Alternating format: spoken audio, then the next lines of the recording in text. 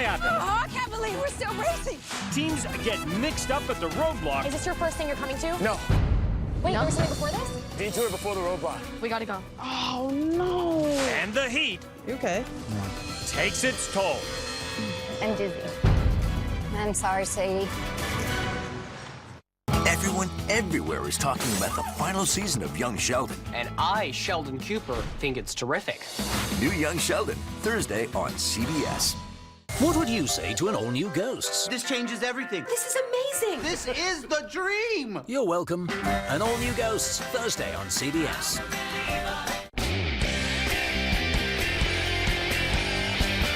A UP club prepares to host its second annual beekeeping conference. We'll tell you what the topics are this year and the deadline to register tonight at 11:10 Central.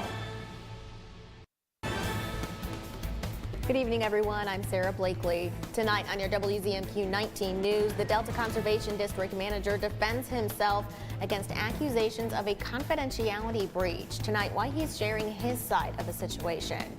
Plus, Sunshine Week in Lansing, how state legislators are continuing to work toward a more open and transparent government. And a Delta County community is one step closer to getting some new pickleball courts. We'll tell you how soon they could go in, but what has to happen first. Your 19 News starts now. Live from the UP, this is WZMQ 19 News at 11.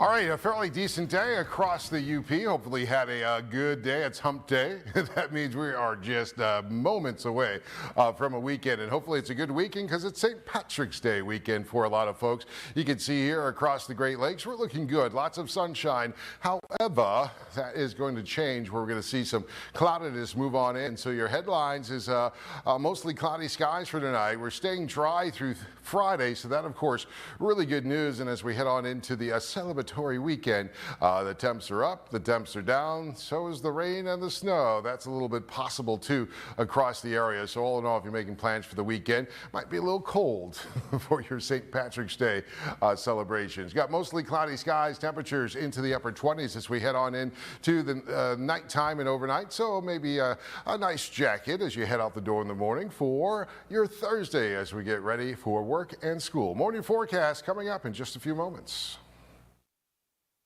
Thank you very much, John. New at 11, the Delta Conservation District Chair is defending himself against allegations of a confidentiality breach by a county commissioner. WZMQ's Escanaba Bureau reporter Lily Simmons spoke with District Chair Joe Kaplan at tonight's Conservation District meeting to get his side of the story. Commissioner Barron made some pretty serious allegations that I leaked confidential information and that the county somehow was being discriminated against because I had looked into some of the programs. The program in question is MEEP, or the Michigan Agriculture Environmental Assurance Program. My interest in it is because of the proposed parking lot work, pavilion, picnic area at O.B. Fuller Park, and what was formerly a trust fund campground day use development that's been kind of controversial for the last year. And I was just interested in how we were assisting that program. Kaplan says he asked the MEEP representative about the county's enrollment in the program. It's my understanding that the chair of the Soil Conservation Board has directed the technician that before they can work on any county project about MEEP, they have to get clearance from that. That's not part of this program. It violates confidentiality. Kaplan told the Conservation District Board he never obtained any confidential documents and acknowledged he would be bound to keep the information confidential if he had. Under statute, we are not allowed to release details of any private landowner that's enrolled in the MEEPS program. No one in our office except for her has access to those confidential files, but the confidentiality Mr. Barron was talking about was that I somehow had accessed those confidential files. With other commissioners looking to obtain more information on the issue after last week's meeting, Kaplan says any further action is in the hands of the county board. It was just an internal conversation within the office that somehow made it back to Robert Barron. But we stand behind our staff. I think he's just looking to make political hay in an agricultural field where he's not even a participant. Lily Simmons, WZMQ 19 News, Escanaba. In Washington, is it time up for TikTok? Today, the House passed a bill that could ban the popular app if it doesn't divest from its Chinese parent company. The legislation had strong bipartisan support for the most part. The bill says TikTok could be banned if its China-based owner ByteDance doesn't sell its stake. Members say the Chinese government could demand access to TikTok's data anytime it wants. That data could include information on the millions of Americans that use the app. Some opponents to the bill say the U.S. should warn consumers if there are privacy and propaganda concerns, and that the final decision to use the app should be left up to consumers. Those opponents also argue the bill infringes on freedom of speech. Pennsylvania Representative Mike Kelly tells us one of the best things about America is freedom of speech, but adds we need to be responsible with that speech.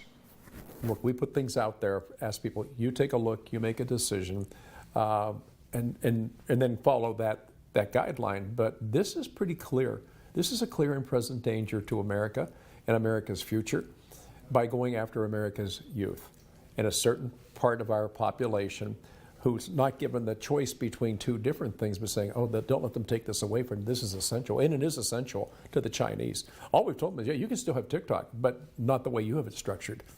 You still want to have a presence here, but we want to make sure that it's owned by the right people. Some of us are concerned that there are First Amendment implications here. Americans have the right to view information.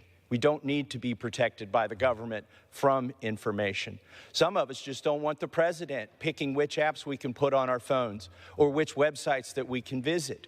We don't think that's appropriate. We also think it's dangerous to give the president that kind of power, to give him the power to decide what Americans can see on their phones and their computers. Representative Jack Bergman voted in favor of that bill, but its future in the Senate is unclear. The president has said, though, if Congress passes it, he will sign it. Meanwhile, a Pennsylvania senator is teaming up with the United Steelworkers and other unions to fight against what they're calling unfair Chinese trade practices in shipbuilding. Pennsylvania Senator Bob Casey and Wisconsin Senator Tammy Baldwin are pushing the Biden administration to investigate and impose tariffs on the Chinese Communist Party's shipbuilding industry. According to union leaders and senators, Chinese state-owned enterprises and facilities are now capable of producing over 1,000 ocean-going vessels each year, while the U.S. currently produces fewer than 10.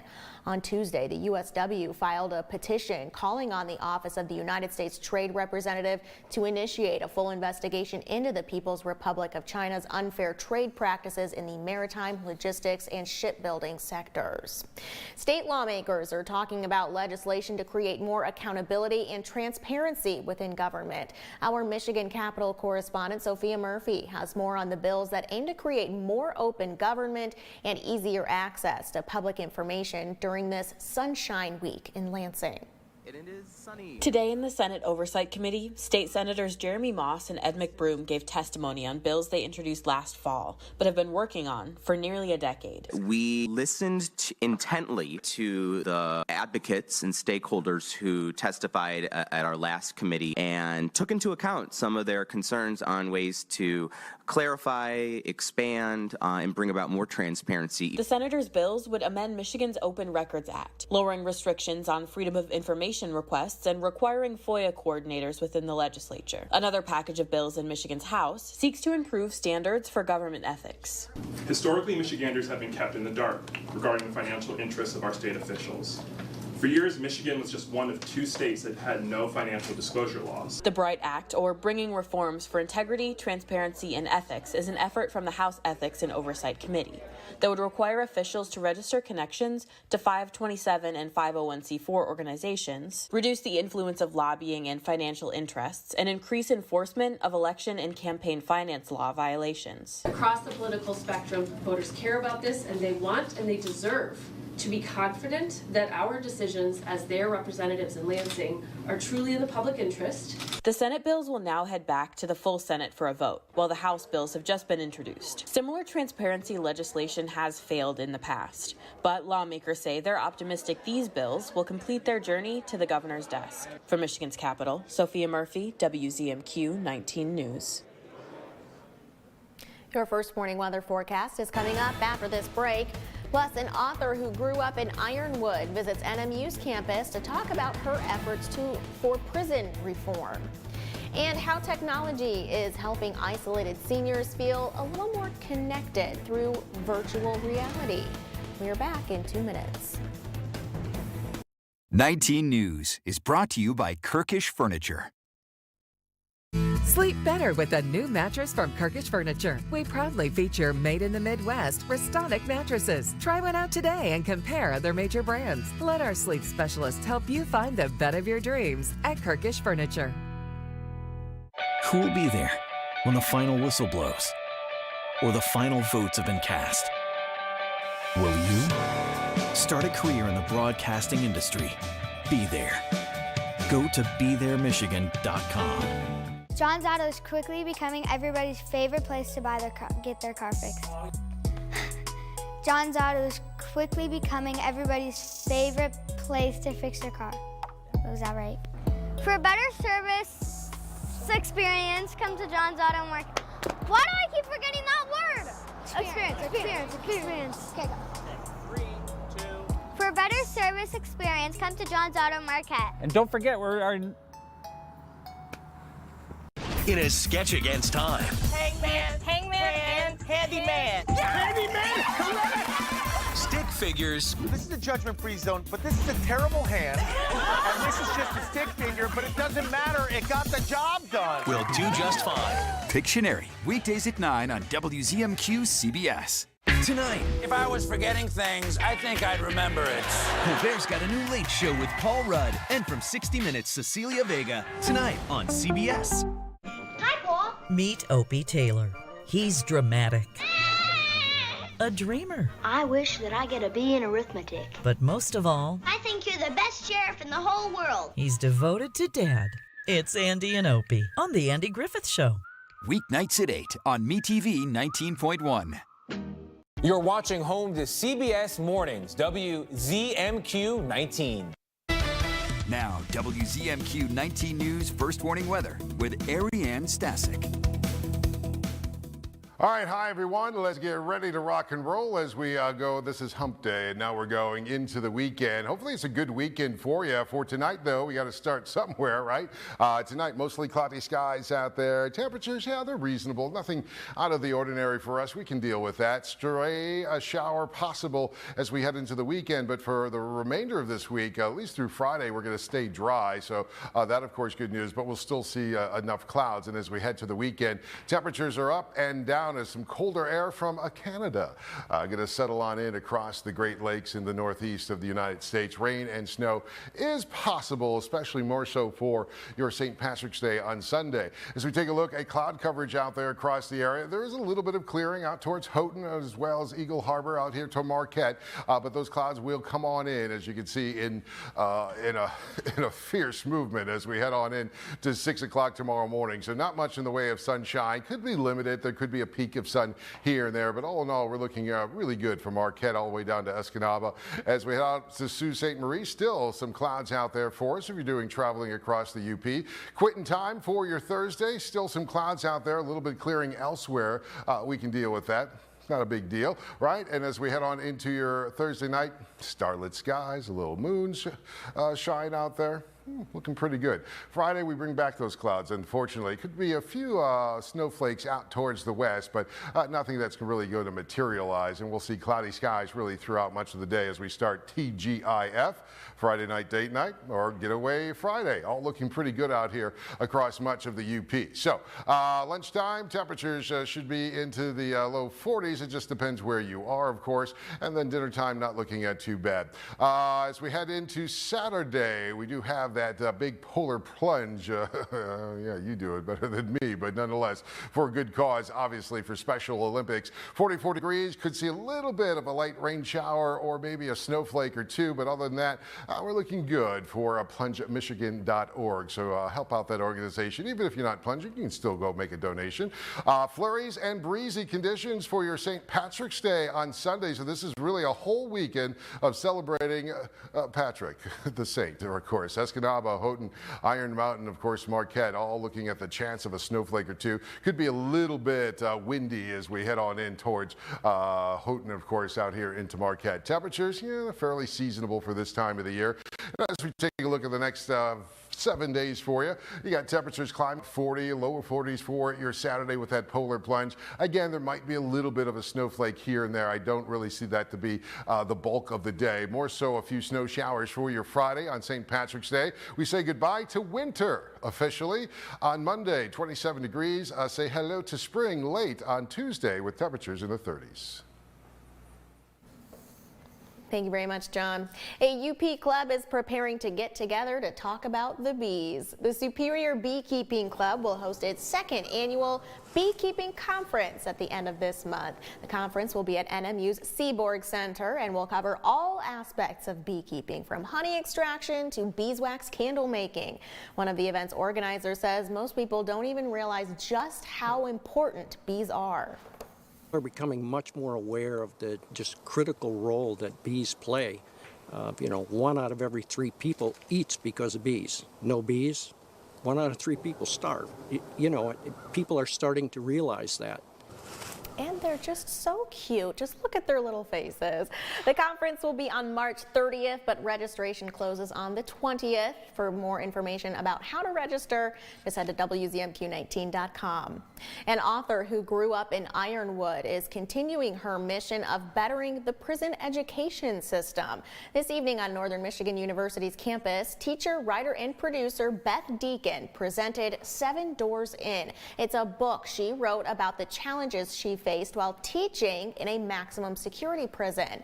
She also showed Intent Unknown, a movie she produced visualizing the challenge of decision making in difficult situations. Don't know how you're going to react to a situation. You might say, I'm going to do this or I'm going to do that. I'm going to get out there and I'm going to beat somebody up or whatever I have to do. You don't know until you're in that situation. And we show how the different characters react in different situations. Deacon also held a casting call for her next 2 movies, the sequels to the 7 Doors series, looking for actors who can show some determination on screen like she saw in those she taught in the prison system. Escanaba's Recreation Department is hoping to provide more playing space for America's fastest growing sport. Since last year, the department has been working to secure funding for 8 dedicated pickleball courts at Royce Park. The department is now applying for a $400,000 DNR Trust Fund grant with a $100,000 contribution from the city. The project would also include the addition of a small handicap accessible parking lot. The shelter house where the restrooms are. We do have the lighting, the sound system, everything is already on this property. So the baseball field, the playground, the multi-use courts, the basketball court, that'll still remain. We're just going to add the 8 dedicated pickleball courts because there's plenty of space. If awarded the money, the Recreation Department will be notified in the fall, and construction would begin in late 2025 or early 2026. A new tool is helping older Americans improve their well-being and feel less isolated. Bradley Blackburn shows us the benefits of virtual reality. I'm in the cockpit now, they're playing, huh? A little virtual reality is having positive effects in the real lives of older Americans. It brought back memories of my travels. In others, it brought back memories of my experience growing up on a farm. 17 senior communities around the country participated in the Stanford University study, spending short bursts of time in virtual reality. Nearly 80% of participants felt more positive, and about 60% said they felt less isolated. 83% said it was beneficial to their relationship with caregivers. You could be with a bunch of animals, you could be in Paris, you can be in a crowded orchestra. Professor Jeremy Bailenson is a co-author. What we found is that the magic of Experience VR, how happy it makes people, just the novelty of these experiences, it improves people's mood, it gives them something to talk about. The study also showed that compared to other technology like cell phones, seniors preferred virtual reality as a more natural medium. Stimulated virtually every area of my brain, all the senses. One thing it's not meant to do is replace actual human interaction. We still need to think about the challenges of loneliness, and we still need to focus on interacting with our families. What VR does is it just gives you a spark, gives you something special to be excited about. Researchers are also investigating how the technology can be used for balance training. I enjoyed that. Thank you. Not yet. Seniors embracing the technology say they can't wait to see what comes next.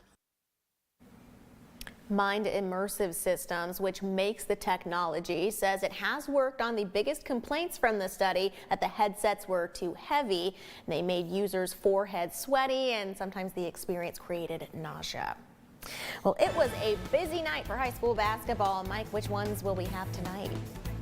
Girls regional finals from across the state, Sarah, and we have all the games involving UP teams, ranging from a game at Baraga and a game at Newberry. In fact, another game at Newberry and a game at Petoskey. Highlights when we come back.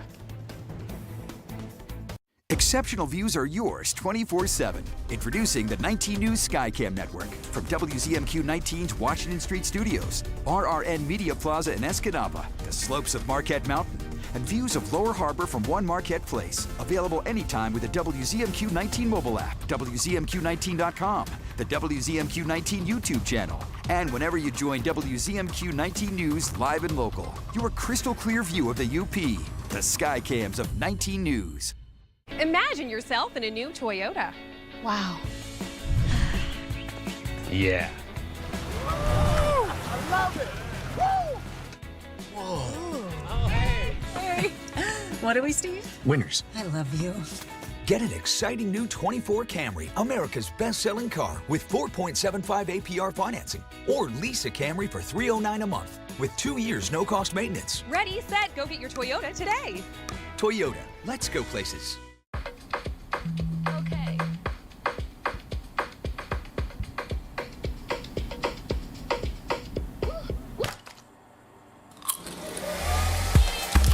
Getting ready, we all have our routine.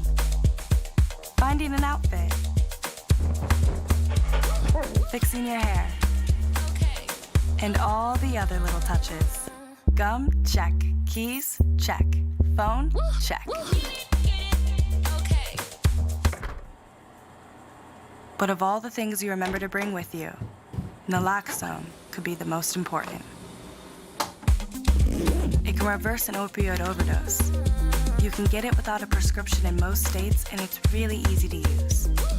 If you or someone you know is at risk for opioid overdose, naloxone could save their life. Keep it on you and at home.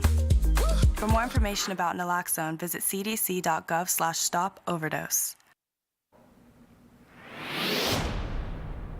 Good evening, everyone. After into Division IV for the first time, the Ishpeming girls basketball team had high expectations coming into this season.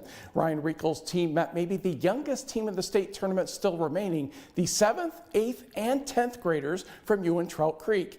Panthers high school enrollment is less than 100, so you can use the middle schoolers. Let's go to Baraga High School. Another very good crowd in that gym. First quarter action, Hematites just scored. Then Janessa Eagle steals a pass. Maya Hemmer the layup. It's 4-0. 13 points for Hemmer. Quick response from the Panthers. Bree Bessnen for 3. We'll be saying Bree for 3 for a long time because she's an 8th grader. 4-3 Ishpeming. Bree had 13. Her sister Emma had 10 points. Inbound, Ireland McGee blocked by Maya Hemmer, but a foul was called, and that was her second. She had to sit for a little bit. Then Addison Morton swish, 9-4 blue and white. Jenna Mackey will grab a rebound, one of the seniors for the Hematites, and she will go coast to coast with a slight Euro step for the hoop. 13-4 Hematites. They led 16-6 after 1, 21 points for Mackey. To the second, Emma Bessnen appears to be in trouble. Not this time. To Michaela Basil, to Ireland McGeeshick for the layup. ETC within 8. Panthers will break the press this time. Emma Bessnen to Hannah Ferguson, and that's a nice layup. Couple of free throws, and ETC only trailed 22-18. Then Jenna Mackey, the Janessa Eagle from three-point land. Ishpeming led 32-22 at the half. Third quarter, huge for the Hematites. Maya Hammer to Mackey for the layup, part of a 24-4 run in that quarter. Ishpeming earns the regional title 70-42, ending a long regional drought. 50 years since we've had a regional championship. We honored the girls. We did a Trailblazers event, and some of the ladies are here tonight, and it's special for this school and this program, and I'm excited to be able to continue battling with this team, and we're hoping we're not done yet.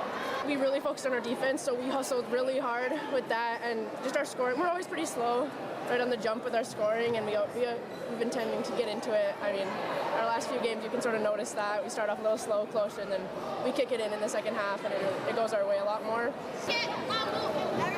The Hematites will be in Gladstone Tuesday for a Division 4 quarterfinal against, next game please, and that will be the winner of this one between St. Ignace and Munising. They were playing over in Newberry. Just a few seconds into the first quarter, Mustangs' Bailey Corcoran fires in the mid-range jumper to get the first points of the contest. Munising up 6-1 when Julia Prunick works hard for the inside hoop. Saints had a called timeout. Mustangs go up 7 when Corcoran finds Emmy Crisp in the paint, drops the rock in there. Half minute left in the quarter. Avery Visna, long pass to CC, Allison CC that is. She will lay it up and in. Saints down 12-5 after 1. That's Julian Frazier getting things going in the second with a triple. And here comes St. Ignace. Frazier will hit a wide open Gabby Adams near the hoop. Saints down 2. Moments later, same result, same people. That tied the game. Saints took control after that, winning 54-33. And now it's St. Ignace and Ishpeming Tuesday in Gladstone. Mustangs end the year 21-5. To Division 2 over in Petoskey, it's Ludington and Negaunee. Eliana Jurasol with the long three to get the Orioles going, and they were looking pretty good early. Peyton Welsh gets that one to go up 7. Few trips to the line, the Miners were back into it. That's Ella Mason doing the scooping and scoring to put her team within 2. She had 11. Student section says, we need more. You'll get more. This basket by Ashley Stowe gives the Miners the first lead of the game. I have to double check that name, but that's all right. Negaunee keeps on winning, and they take this one finally, third time's the charm, 52-35. And Negaunee will see Flint Powers Catholic in the quarterfinals next Tuesday. Division 3, let's go back to Newberry for a different angle of Elk Rapids and West Iron County. And that's Morgan Bergquist hitting for the Elks. Danica Shamian doing things that Danica Shamian usually does. Elks go up 4 after this cross-court pass. Anna Prey put that one in. Then Shamian to Sienna Stein ties the game up right there. Late in the first, it is Hunter Schellenbarger lofting one. The Elks are up 7. Allie Plum misses, but a goofy little tip here, a little volleyball play, and that was the help the Elks needed. Elk Rapids win this one 47-43. West Iron County concludes the season with a 15-12 record. Michigan Tech's Isaac Gordon has been named the CCHA Rookie of the Year. It's the second year in a row a Tech player has been honored after Kyle Kukkonen received the award last season. Gordon is a native of Landmark, Manitoba.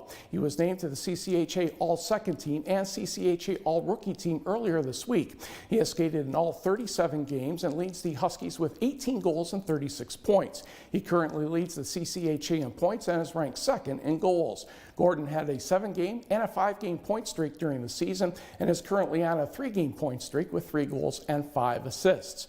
Gordon tied Kukkonen's mark from last season for the 5th most goals by a Michigan Tech freshman in program history. His 36 points are the most by a Tech rookie since Colin Murphy in 2002-03 when he tallied 37. He was named Rookie of the Week 4 times during the campaign. Of course, Michigan Tech in action against Minnesota State on Saturday in the second round, just a 1-game playoff there. Couple other notes. Hey, the Pistons won again. I know that scares you half to death. 113-104 over Toronto. Jalen Duren had 24 points and 23 rebounds. And thankfully for probably some Maize and Blue fans, the Michigan basketball season is over on the men's side. They lost to Penn State in the Big Ten tournament, 66-57, and we will be right back. Shop hundreds of Lazy Boys at Kirkish Furniture in Houghton. Kick back in comfort in an industry-leading recliner. Choose from all fabrics, colors, and sizes with prices starting as low as $4.99 plus free delivery. Shop Kirkish Furniture in Houghton today. Pictionary. Play along from home. Easter Bunny! Easter Bunny is correct! With a chance to win every weekday. Weekdays at 9 on WZMQ CBS. You work hard for your money. And at Riverside, we work hard for you. Because getting your dream vehicle shouldn't be difficult. We are your experts with over 60 years experience of selling cars, trucks, and SUVs. We have a great selection of new and pre-owned vehicles at our 7 locations. See all our inventory at riversidehazit.com. For the vehicle you want, at a price you can be happy with. Come see us at Riverside Auto Group, where we work hard for you. Yes, we're on thin ice. And everything is going up in smoke. Still, some are adding fuel to the fire, while the rest of us see the troubled waters rising.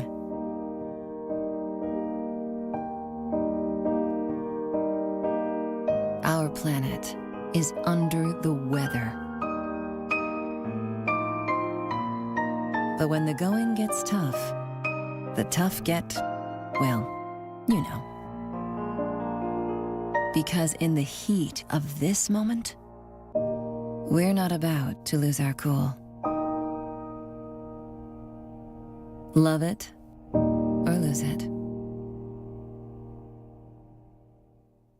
This is home for CBS, WZMQ 19.